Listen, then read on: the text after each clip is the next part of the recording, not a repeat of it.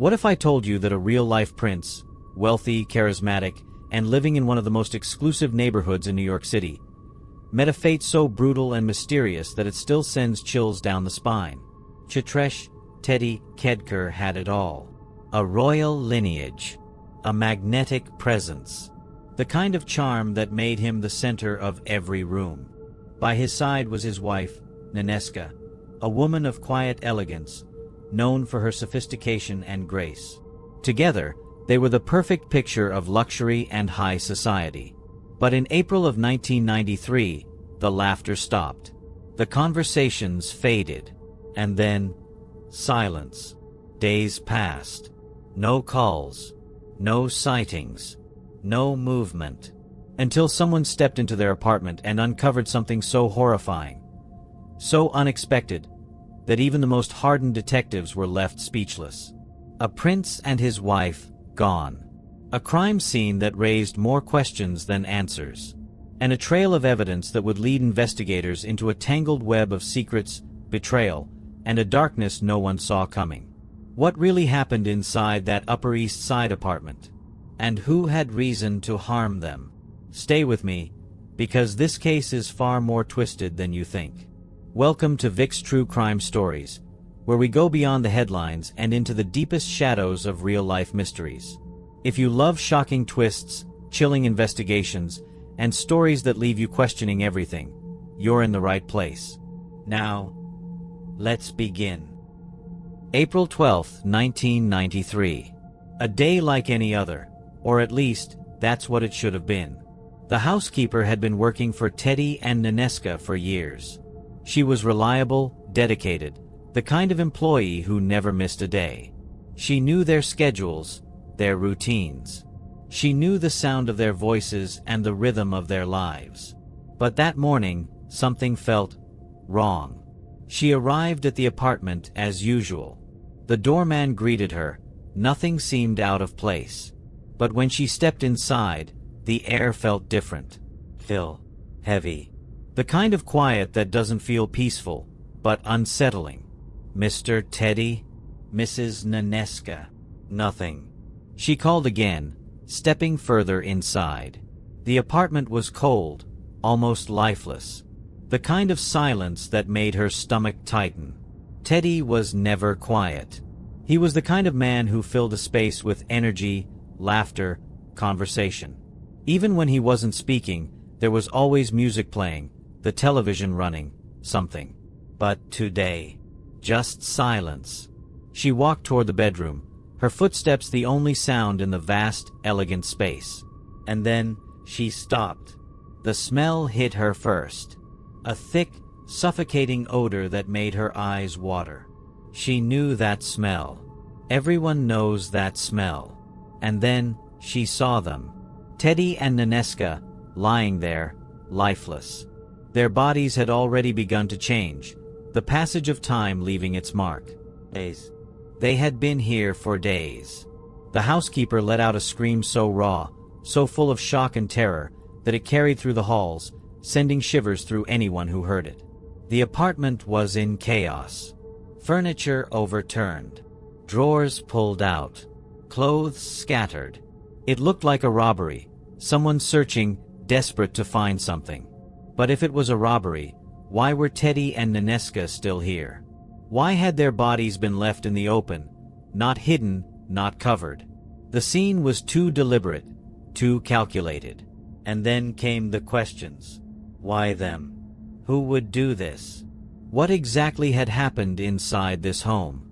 Because one thing was clear, this wasn't random. This wasn't just about money. Something else had happened here. And whatever it was, it had left two people dead in a way that no one could make sense of. The NYPD arrived within minutes. Officers moved swiftly through the apartment, their eyes scanning the scene, taking in every detail. There were no gunshot wounds. No obvious signs of how Teddy and Nenescha had been killed. No weapon in sight. Just their bodies, lifeless, surrounded by the remnants of what looked like a frantic search for something. The state of decomposition told investigators one thing right away: this wasn't fresh. Teddy and Nenescha had been dead for days. And yet, no one had noticed. No neighbors had reported anything suspicious. No disturbances. No forced entry. Whatever had happened here, it had been quiet. Precise. As detectives combed through the apartment, one detail stood out. The answering machine. The small red light blinked over and over. Message after message. They pressed play. A voice. Then another. Then another. Friends. Family. Associates. Concerned. Confused. Asking why Teddy and Nenescha weren't answering. Days' worth of messages piling up. And then, something different. A message that made one detective stop, replay it, and listen again. Something was off. But before they could piece it together, another clue surfaced. The doorman. He remembered something. Something unusual. April 9th. 3 days before the housekeeper's discovery. 2 men had arrived at the building. They weren't regular visitors. They weren't friends that Teddy or Nenescha had mentioned before. They went up to the apartment, stayed for a while, then left. And when they left, they weren't empty-handed. They carried bags. Heavy bags. Bags that seemed full. But who were these men? And more importantly, what had they taken with them? Detectives sat in the dimly lit apartment, listening. The answering machine clicked, rewound, and played again. Message after message. Some were mundane, friends checking in, acquaintances asking about dinner plans. But one voice stood out. A woman. Urgent. Growing more desperate with each call. Teddy, where are you? We had plans. Call me back. Another message. Her tone more anxious. Teddy, it's been 2 days. What's going on? You're not answering. And then, the last one. A voice tight with frustration. And something else. Fear. This isn't like you. Call me. Please. Who was this woman? Investigators tracked her down. A name. A location. And finally, a meeting.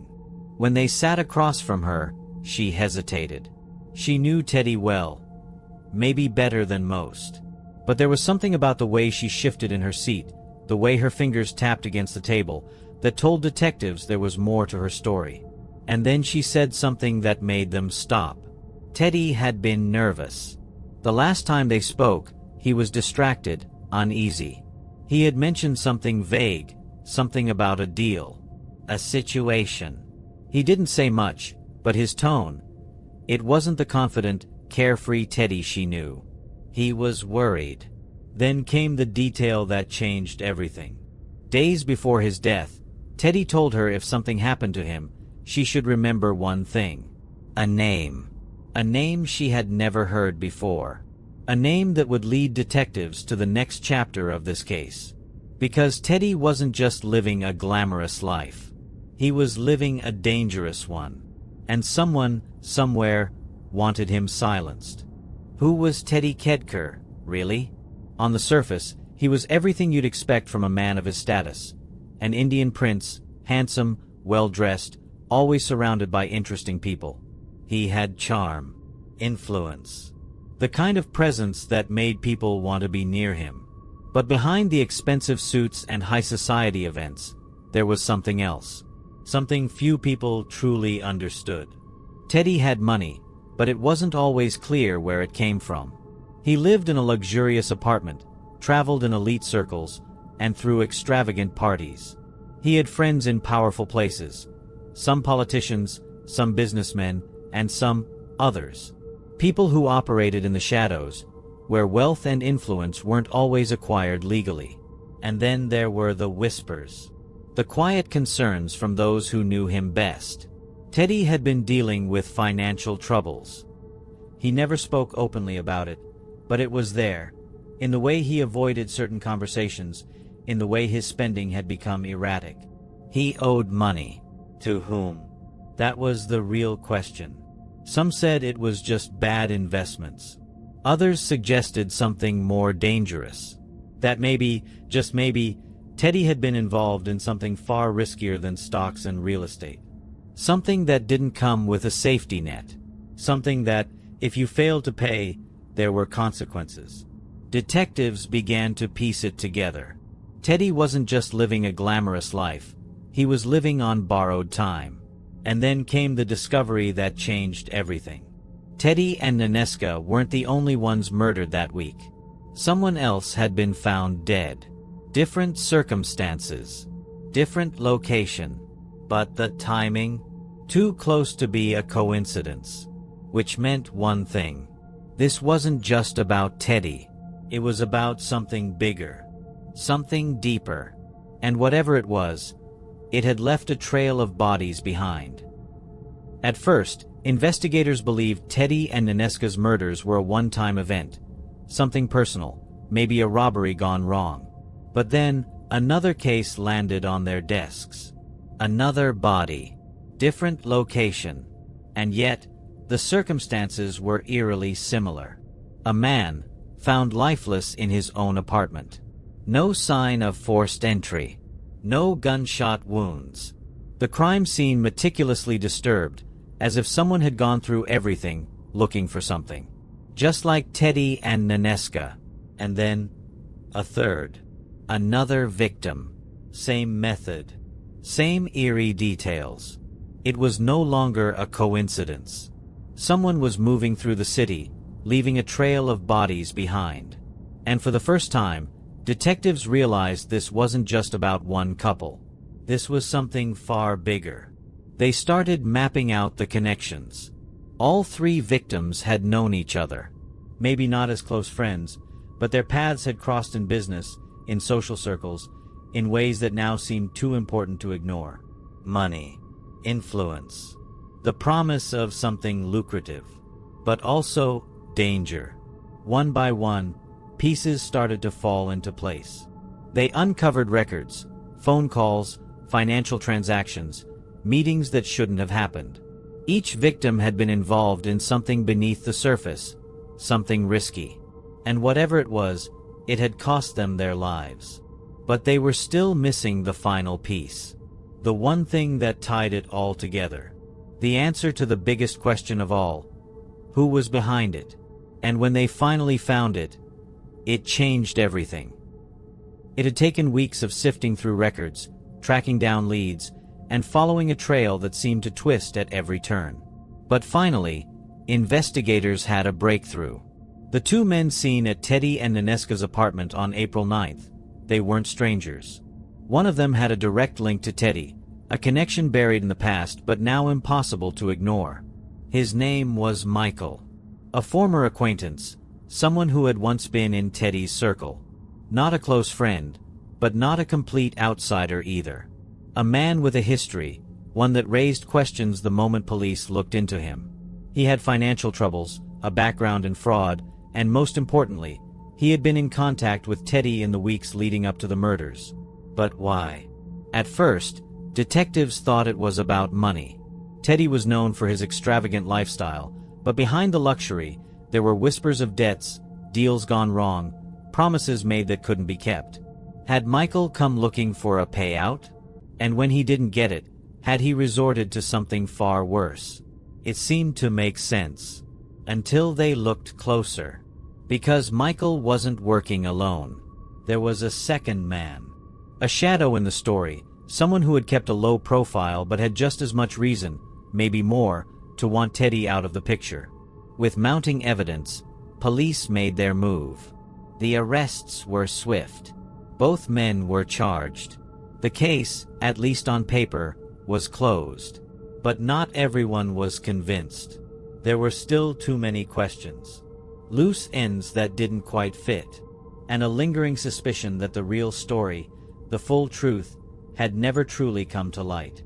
Because even now, after all these years, some believe that the murder of Teddy Khedker wasn't just about money. It was about something much bigger. Something that remains buried. A prince and his wife.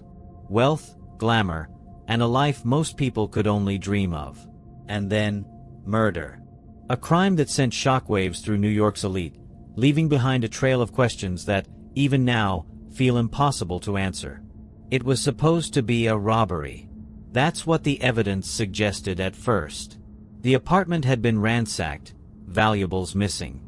But there were details that didn't quite fit. The way the bodies were found. The method. The precision. It felt personal. And when police uncovered Teddy's connections, his financial troubles, and the people he had been involved with, it became clear this wasn't random. This wasn't just about money. 2 men were arrested. The case was officially closed. But was it really? Because here's the thing, there were whispers of a third person. Someone who had reason to want Teddy gone. Someone who may have orchestrated the entire thing but never left any traces behind. Was there another player in this story? A puppet master who slipped away while others took the fall? And what about Nenescha? Some say she knew more than she let on. That she was aware of Teddy's secrets. That she may have even been caught up in something she never expected. Was she just collateral damage? Or was there another reason she was silenced? So, I'll leave you with this. Do you believe justice was served? Or was the real mastermind never caught? Let me know your thoughts in the comments. And if you love unraveling real-life mysteries, make sure to subscribe and hit the notification bell. Because this is just one story. And trust me, there are plenty more waiting to be told.